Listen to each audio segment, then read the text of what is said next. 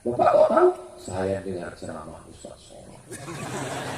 Inilah pentingnya polisi, polsek, babinsa, babin kaptipmas mengerti perbedaan mazhab supaya kalau terjadi kekacauan dia bisa menenangkan bukan dengan pistolnya tapi dengan ilmunya.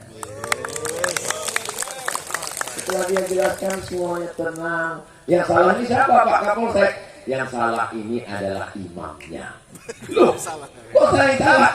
Sudah tahu masyarakatnya bermazhab Syafi'i, kenapa dibawa mazhab lain? Orang yang awam gak ngerti akhirnya menimbulkan Nah, kalau masyarakat sudah dijelaskan mazhab gak juga ngerti, cabutlah Pak, tembakkan ke atas. Macam-macam, tembak ke bawah. Setuju? Jangan. Mati dia kalau ditembak. Kalau yang juga, jangan setuju-setuju. Ini beberapa contoh perbedaan mazhab di tengah masyarakat. Jadi adik-adik saya tadi mau nyebut anak, tapi kok perbedaan kami nggak terlalu jauh. Berapa tahun aja. Jadi adik-adik saya sekalian, silakan kalian belajar ke Turki, hafal Quran di sana 30 juz, belajar qiraat Hafs an Asim, belajar qiraat Warsh, belajar qiraat Kumbul, belajar qiraat Ibnu Katsir. Kalau di Indonesia qiraatnya qiraat Hafs an Asim. Kalau di Maroko qiraatnya Warsh. Bedanya Pak Ustaz? Ar-Rahmanir Rahim, Maliki Yaumiddin. Qiraat Hafs. Kita begitu. Kalau di Maroko enggak. Ar-Rahmanir Rahim, Maliki Yaumiddin. Pendek. Kalau qiraat Hafs, alladzina yu'minuna bil ghaibi wa yuqimuna as-salah. Kalau qiraat Warsh, alladzina yu'minuna bil ghaibi wa yuqimuna as-salah. Saya dikit-dikit tahu qiraat Warsh karena guru Warsh, bukan waras. Saya tahu dikit-dikit karena guru kami dulu di sana bacanya begitu kalau sholat. Tapi sekalipun gak pernah saya pakai di masjid dekat rumah saya. Kalau saya mau petantang-petantang bisa. Ar-Rahmanir Rahim, Maliki Yaumiddin. Ya Allah. Alladzina yu'minuna bil ghaibi wa yuqimuna as-shalah. Jangan membuat sesuatu yang aneh sehingga menimbulkan keresahan. Tapi kalau dalam pengajian untuk menjelaskan, apalagi ada tanya jawabnya, boleh sebagai keilmuan. Ini penting, apalagi saat genting-genting, apalagi saat berbagai macam kekacauan di akhir zaman, fitnah yang luar biasa. Kenapa jamaah di Masjid Jami' An-Nikmah masih ramai? Padahal Ustaz Somad di fitnah-fitnah macam-macam. Masjid Jami' An-Nikmah jamaahnya tidak bisa difitnah karena mereka nontonnya full 60 menit. Jamaah tempat lain, jangan tepuk tangan dulu, kita masih banyak banget. Di masjid lain, jamaah di tempat lain mudah difitnah karena mereka ini gimana ya, paketnya cuma 1 giga. Jadi nontonnya yang 1 menit, 1 menit, 1 menit. Ceramahnya dipotong-potong. Mazhab Maliki bukan Ahlus Sunnah. Padahal kelanjutannya menurut orang yang jahil. Menurut orang yang jahilnya dipotong. Inilah bahayanya kalau dokter tukang khitan disuruh jadi tim media, semua disunatnya dipotong. Mohon maaf Pak dokternya. Saudara yang dimuliakan Allah Subhanahu wa taala. Apa pentingnya belajar mazhab? Pak Camat belajar mazhab, Pak Kapolsek belajar mazhab, Pak Dan Ramil belajar mazhab, karena mereka akan menemukan konflik beragama di tengah masyarakat. Kalau mereka sudah paham, mereka bisa menyelesaikan manajemen konflik. Insya Allah Indonesia damai, baldatun thayyibatun warabbun. Imam Masjidil Arab namanya Syekh Abdurrahman As-Sudais diundang ke Jakarta. dipersilakan jadi imam di Istiqlal. Semua makmum penasaran. Ini bismillahnya kedengaran. Kita tahu Istiqlal Negara Kesatuan Republik Indonesia. Mazhab di Indonesia yang umum adalah mazhab Syafi'i. Mufti mazhab Syafi'i, mufti Betawi, muallim apa?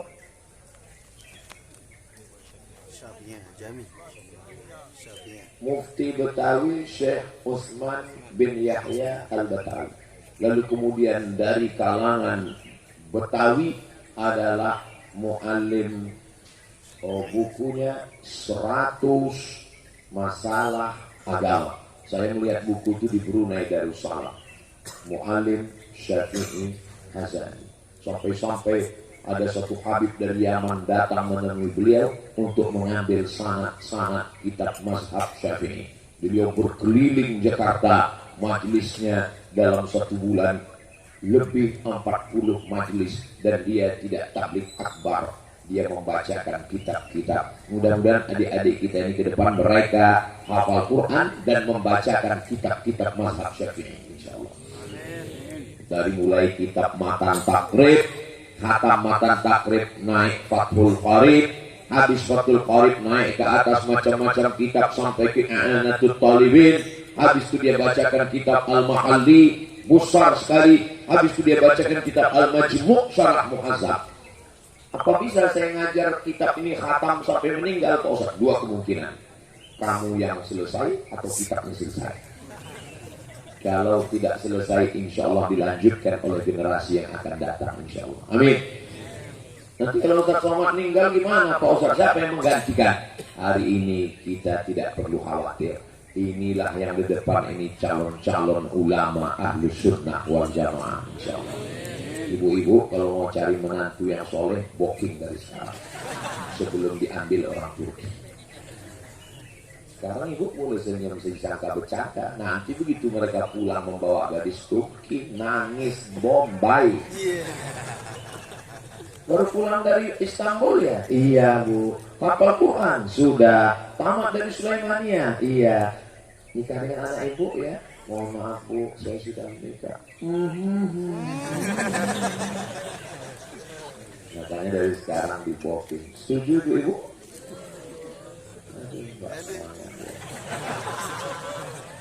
Idza ja'akum man tardawna dinahu, kalau datang ke rumahmu anak muda yang kamu suka agamanya, wa khuluquhu, baik akhlaknya, agamanya bagus, terkejut. Ustaz kalau ceramah yang teriak-teriak, oke. Saya bisa ceramah lembut. Kalau datang ke rumah kami, ada seorang anak muda, agamanya baik. Tazawwiju, nikahnya. Ya, anak yang baik-baik, anak muda yang soleh-soleh. Apa nama grup hadrohnya deh? Belum punya nama? Hah? An-Ni'mah. Masya Allah. Hidup ini yang kita cari adalah nikmat. Mohon maaf Ustaz, itu nama istri saya. Hidup ini yang mau kita cari itu adalah nikmat. Alhamdulillahilladzi an'amana bi ni'matil imani wal islam. Ustaz, nikmat itu mobil ya? Mobil bisa jadi nikmat, bisa jadi laknat. Mana bedanya mobil nikmat kalau laknat? Kabarnya Pak Ustaz kalau mobil nikmat itu kalau mobil baru. Kalau mobil second laknat. Dipencet klakson keluar air. Bukan masalah baru atau lamanya, bukan masalah mahal atau murahnya. Mobil yang dibawa ke masjid sholat berjamaah itu mobil nikmat. Tapi mobil yang melalaikan dari rumah Allah sampai enggak sholat itu mobil laknat. Jelas? Alhamdulillah teman-teman, kami di Masjid Jami An-Ni'mah ini nggak pernah ada konflik mazhab. Dulu memang kelahi Pak Ustaz, antara kelompok ini mengatakan kunut subuh bid'ah, yang satu mengatakan enggak kunut, enggak sah. Alhamdulillah sekarang udah nggak ada kelahi lagi Pak Ustaz. Kenapa? Karena sama-sama nggak sholat subuh.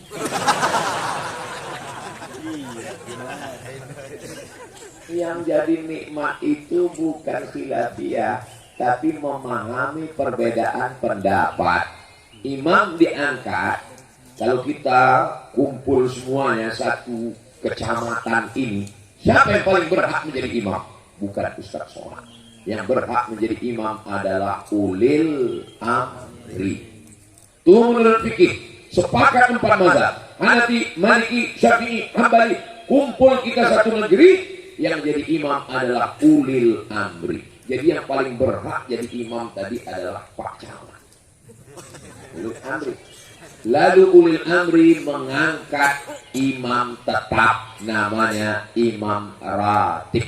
Ratib artinya rutin, subuh, zuhur, asar, maghrib, isya, Jumat, Idul Fitri, Idul Adha, maka dia diangkat jadi imam ratib. Imam ratib yang sudah diangkat oleh ulil amri gak boleh digantikan siapapun, walaupun ada ustadz yang datang kemari sorbannya sebesar ban Vespa, jubahnya 3 lapis, gak boleh maju ke depan kalau tidak diizinkan oleh imam ratib. Maka gak ada istilah datang Ustaz Somad ceramah, lalu kemudian pas qad qamatis salatu qad qamatis salat, Allahu akbar, Allahu akbar, la ilaha illallah. Silakan Ustaz, enggak ada silakan, karena sudah diangkat imam ratib. Kadang banyak di tempat kita imam-imam yang enggak pede, begitu datang Ustaz ceramah, benar, enggak ngerti fikih. Yang itu kalau minum kopi silakan. Kalau jadi imam nggak ada, maju ke depan imam ratib. Maka imam ratib kita masya Allah, Ustaz ini namanya masjid jami, ya. Apa beda masjid jami dengan masjid aja? Kalau ada sholat Jumatnya namanya masjid jami. Kalau nggak ada sholat Jumatnya masjid nggak pakai jami. Hebat masjid Jami An-Nikmah, Qurannya besar sekali. Kalau tuan pergi ke Mekah, pergilah bawa kawan dan teman. Sudah lama Ustaz Somad ceramah, baru ini di atas masjid ada Quran. Ya, apa yang bacanya itu?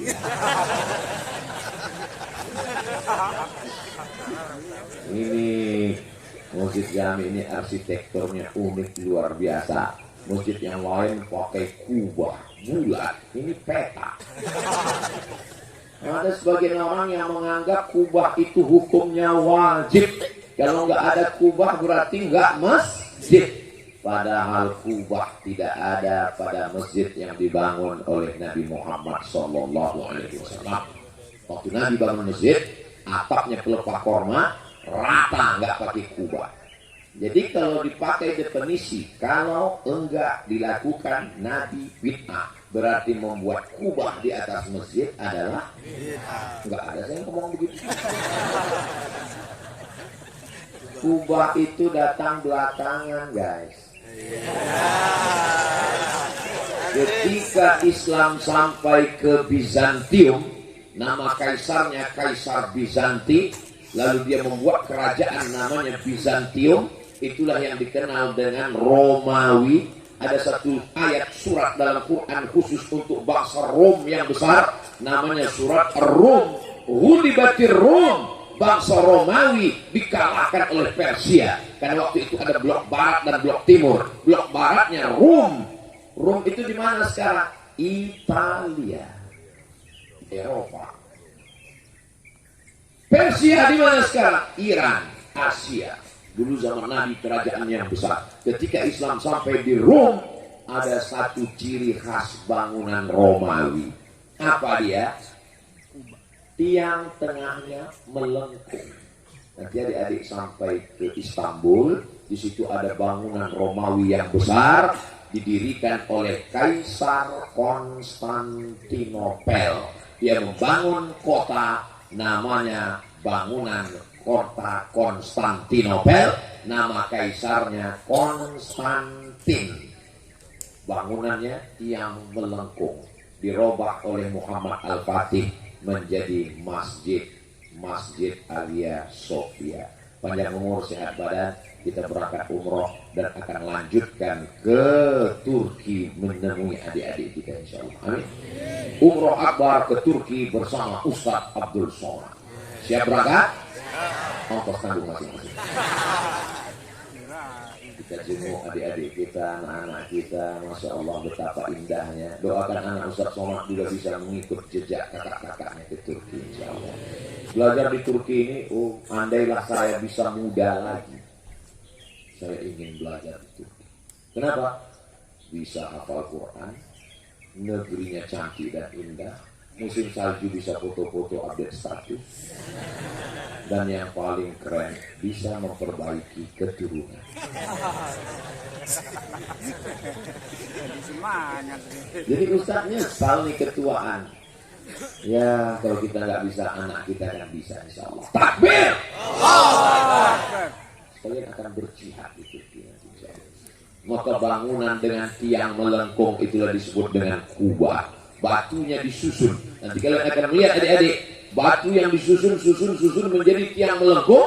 Karena kalau tiangnya melengkung, nggak ada tiang di tengah. Kalau nggak ada tiang di tengah, sholat nggak putus. Islam ini mengambil arsitektur yang cantik dan indah, walaupun datang bukan dari orang Muslim, bukan dari orang Islam. Jadi kalau ada komen-komen di Instagram, Somad, jangan pakai sepeda motor itu bukan orang Islam yang buat. Saya nggak mau balas. Kalau saya mau balas, bodoh. Dalam Islam itu pakai arsitektur apapun boleh, pakai alat apapun boleh, karena tidak terkait dengan akidah. Dalam masalah akidah itu yang nggak boleh. Wala ana abidun ma'abatun, wala antum abiduna ma'abud lakum dinukum. Kubah itu bukan dari Nabi Muhammad SAW. Lalu kenapa masjid pakai kubah? Karena kalau pakai tiang melengkung, nggak ada tiang di tengah. Kalau nggak ada tiang di tengah, sopnya nggak putus. Bagus. Semua yang bagus-bagus boleh diambil. Mana ada Nabi membangun masjid pakai atap seperti Masjid Jami'an Nikmah. Ini pun kubahnya bid'ah juga ini. Bukan cuma yang melengkung bid'ah, tapi karena bagus. Rata-rata yang begini diambil dari arsitektur Masjid Demak yang didirikan oleh Wali Siciloro 3456 itu kapari api. Dulu saya sedaya muka-muka sing melu acara iki foto kabeh berdunang suruh.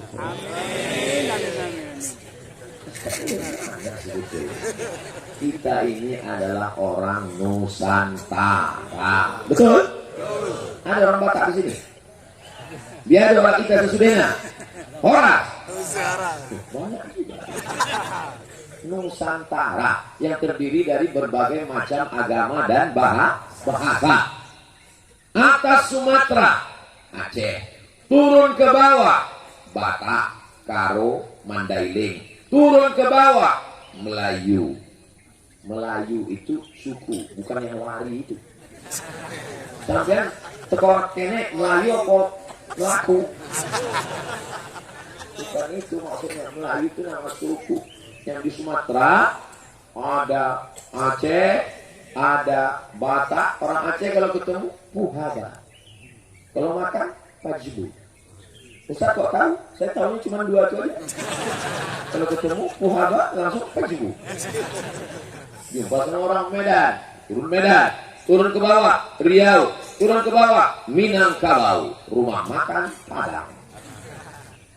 Turun ke bawah lagi Melayu Palembang, wong Kito Galo, buka mato minum cukup. Turun ke bawah Lampung, nyebrang lagi Banten, Jawa Barat, saudara kita Sunda. Kumaha atuh sadayana? Damang. Saya dulu serumah sama teman saya orang Bandung. Saya susah bedakan antara damang dengan dahar. Setiap ketemu sama dia, kumaha dahar. Masuk Jawa Tengah, nyebrang saudara kita dari Bali, nyebrang lagi, masuk lagi Nusa Tenggara Barat, Sumbawa, Bima, naik ke atas Sulawesi, Makassar, agak Kareba, Baji-Baji, Madeceng, Mandre itu Pak Ustaz makan. Saya hafal yang makan-makannya. Masuk Kalimantan, Banjar, masuk Papua, inilah negara yang tidak ada di dunia. Allahu Akbar. Afrika itu Afrika daratan semua. Yang paling bawah Cape Town, Afrika Selatan. Yang paling atas Mesir, Libya, Tunisia, Aljazair, Maroko. Yang tengah Kongo. Kalau nggak percaya, lihat globe.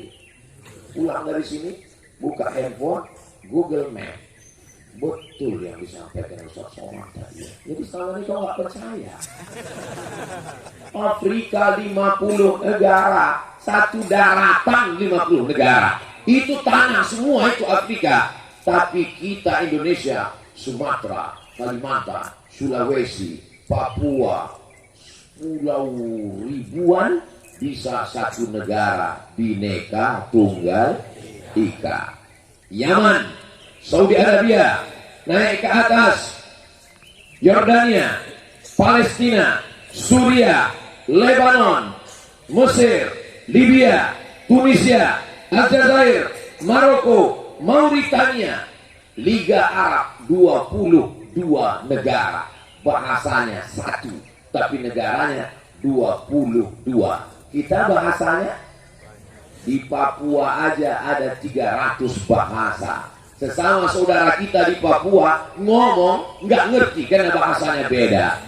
Tapi ada yang menyatukan kita, yang dipakai adalah bahasa Indonesia, berasal dari bahasa Melayu Riau, kampung saya. Coba dulu kalau Bung Karno mempertahankan egonya. Kata Bung Karno, aku iki wong Jawa, maka seluruh Indonesia mesti bahasa Jawa. Apa nggak pusing kami belajar bahasa Jawa? Pas mau naik pesawat, langsung pengumuman, terus Tetes Joyo. Mongso nah pesawat nomor 123. Tapi Bung Karno dengan kerendahan hatinya, dia tahu bahwa yang dipakai di seluruh Nusantara adalah bahasa Melayu, maka yang dipakai adalah kami bangsa Indonesia, berbangsa satu bangsa Indonesia, berbahasa satu bahasa Indonesia, bertanah air satu tanah air. Bangga nggak jadi orang Indonesia? Siap jaga Indonesia? Siap jaga NKRI?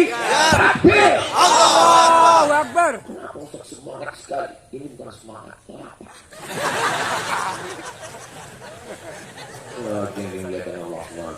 Mazhab sudah kita bahas. Persatuan umat apapun mazhabnya. Yang berikutnya adalah ormas. Ormas itu apa artinya Pak Ustaz? Ormas itu artinya orang masjid. Begitu ketemu sama orang, sampean apa? Saya Muhammadiyah. Sampean? Saya NU. Sampean?